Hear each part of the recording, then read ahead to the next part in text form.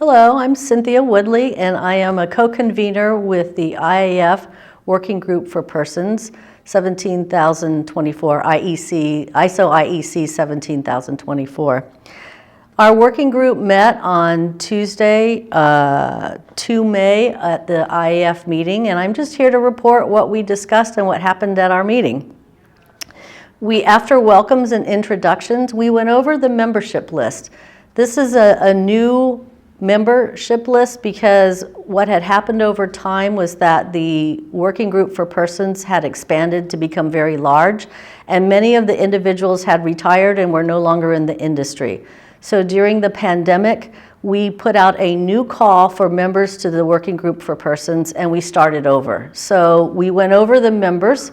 There are currently 22 members, and we expressed an interest for anyone that wants to be a member of this working group to please send their names to one of the co-conveners, and we will get them added. And so if you are interested in joining this working group, please send your name in and we will get you added to this working group. We also discussed the terms of reference, which are still the same, basically to support the implementation of ISO 17024. And then we started talking about a couple of issues related to the systematic review of ISO IEC 17024. So that is now under revision, and a couple of things that this working group were issues for this working group. One was the nomination of experts to the working group. It's working group 30, ISO CASCO working group 30.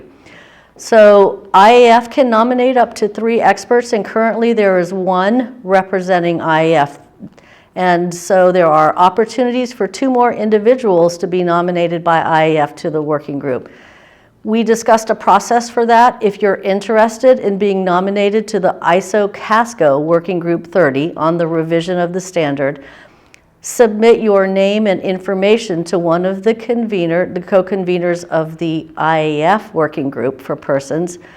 We will ballot it within the working group to select 2 individuals who will then be forwarded to the TC, and hopefully that process can be finished in time for the July meeting.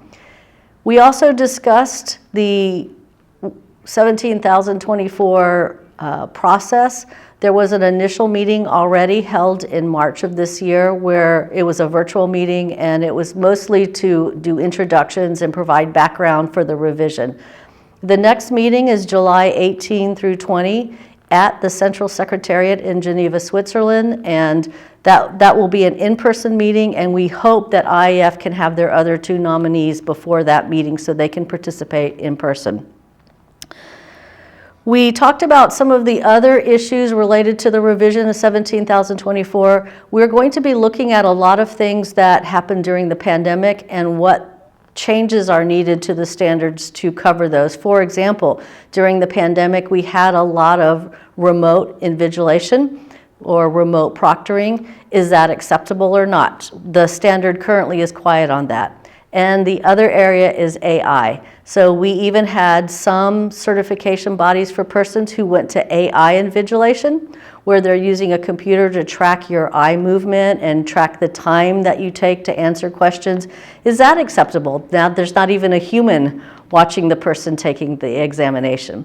So some of those issues are issues that we'll be dealing with in the revision of 17024, but the IAF Working Group for Persons will also be contributing their expertise related to accreditation of CABs that have implemented some of these during the pandemic.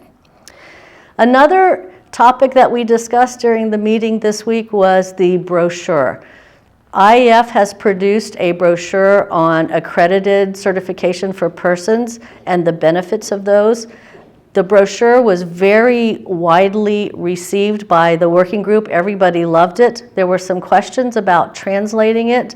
We had a discussion, and we have now learned that it is able to be translated. I think if you get with the IAF communications group, they will provide assistance in helping you translate the document by giving you a translatable file that you can use, and also formatting help in formatting a translated document. There was a question as to if your member body translates a document, can you add your logo in addition to the IAF logo? And we understand you can do that. And there is an IAF document that talks about translations that you can get access to. We then went around and talked about what's working and what's not working with all of the members. And there were a lot of interesting discussions about the need for continued marketing of certification of persons that came up. There were some comments on things that we need to add to 17,024 that were not brought up. For example, how stringent is the separation between training and testing? There were discussions about that as well. And after that, we closed our meeting, and we will be meeting again at the next IAF in-person meeting in Montreal. We don't intend to have a meeting between now and then, although we will have the remote ballot for nominations to Working Group 30. Thank you.